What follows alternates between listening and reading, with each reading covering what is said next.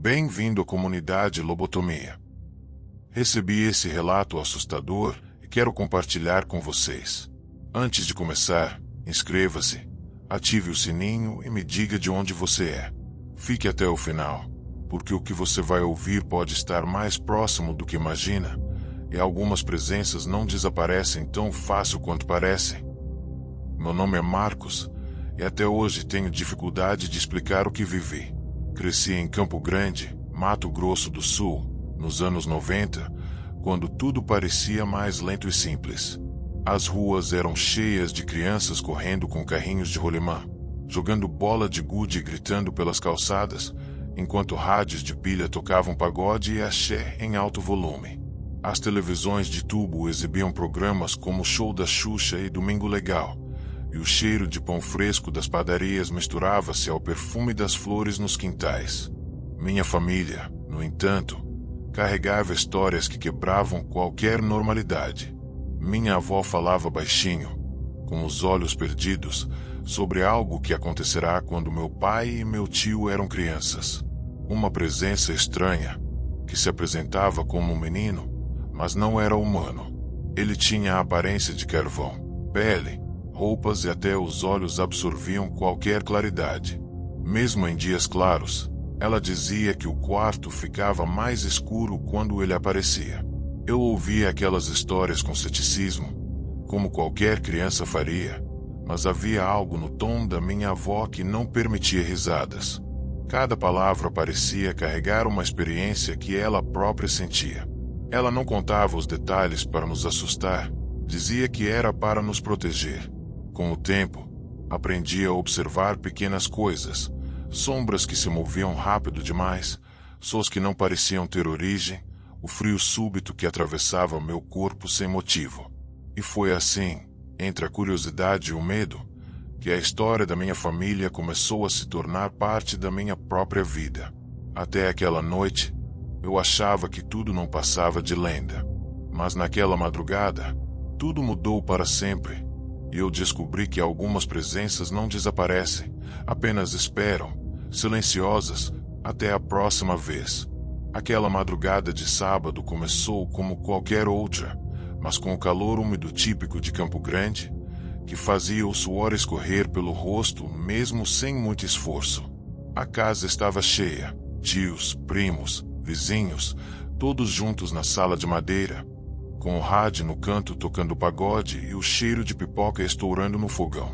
Os brinquedos se espalhavam pelo chão, fitas cassete de música infantil empilhadas sobre a estante, e a televisão de tubo mostrava um especial de desenhos. O ambiente era alegre, mas uma tensão invisível pairava no ar, uma sensação que eu ainda não sabia nomear.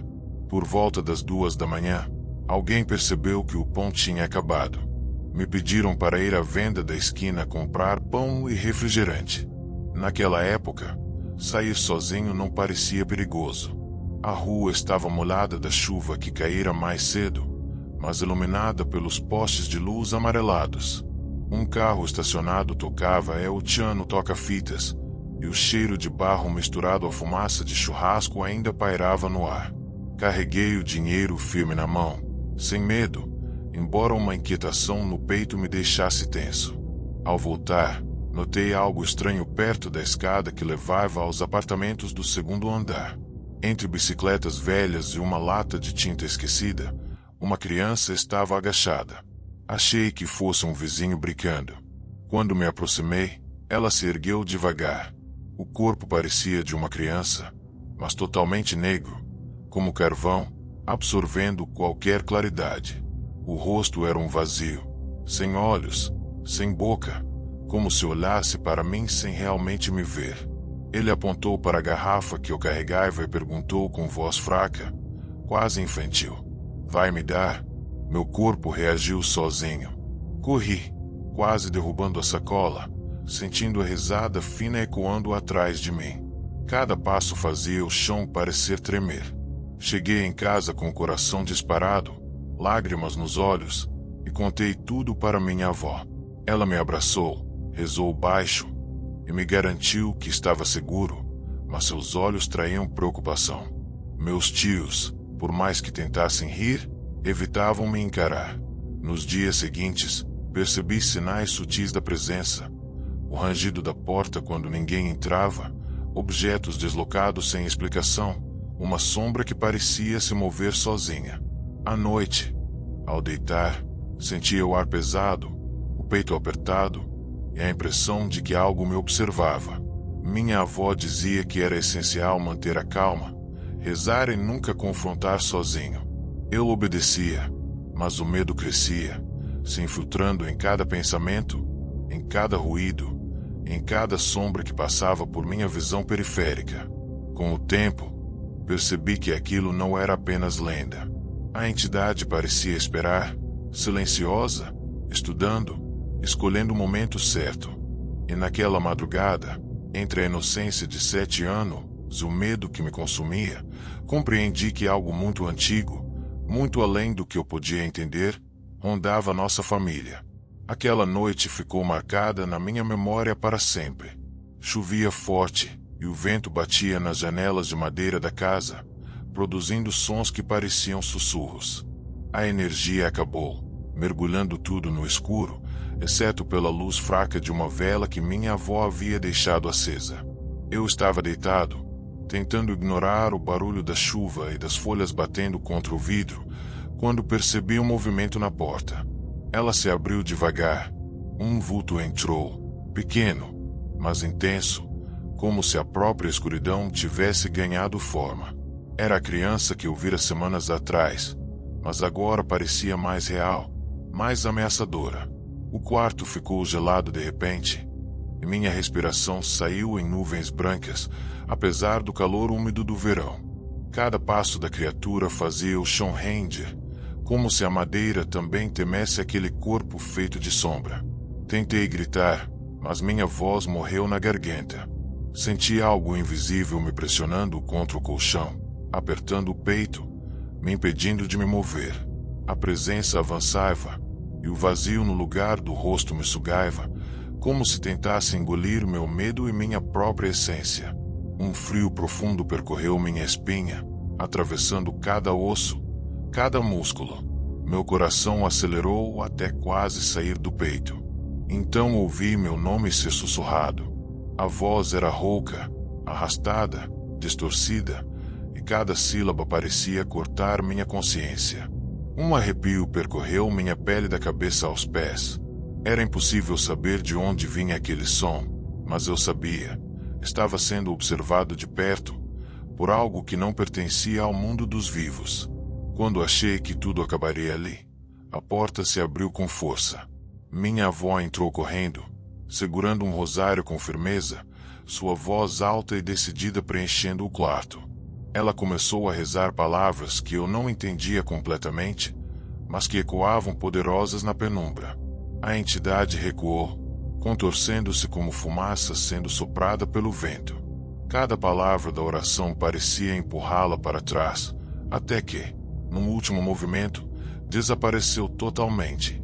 O quarto permaneceu em silêncio. O cheiro de chuva e madeira molhada era quase reconfortante, mas nada parecia normal. Eu estava exausto, suado, com o coração disparado, mas consciente de que aquela experiência deixaria marcas para sempre. Minha avó se aproximou e colocou a mão no meu ombro, com os olhos firmes e sérios. Ellie, isso vai voltar. E naquele instante, compreendi que a vida nunca mais seria a mesma. Aquela presença não era passageira. Ela era paciente, observando, esperando, escolhendo o momento certo para surgir novamente. O medo que eu sentia não era apenas da criatura em si, mas do fato de que, apesar de tudo, ninguém podia realmente protegê-lo de forma definitiva. Anos se passaram desde aquela noite. Cresci, me tornei adulto, mas as lembranças permanecem tão vivas quanto se tivessem ocorrido ontem. Sempre que volto a Campo Grande, sinto o peso invisível daquilo que não consigo explicar. Algumas casas mudaram de dono, outras foram demolidas, mas o ar ainda guarda o cheiro da chuva, da madeira úmida e do medo silencioso que rondava cada corredor. O que mais me assusta não é o que vi, mas o que entendi depois. A entidade parecia escolher crianças da família na mesma idade, sempre ao redor de 7 anos. Meu pai tinha essa idade quando a viu, meu tio também, eu, e anos depois, meu primo mais novo. Cada geração tem seu contato, e cada contato deixa uma marca indelével na memória, um eco que atravessa o tempo. Não sei o que ela quer, nem sei se existe explicação.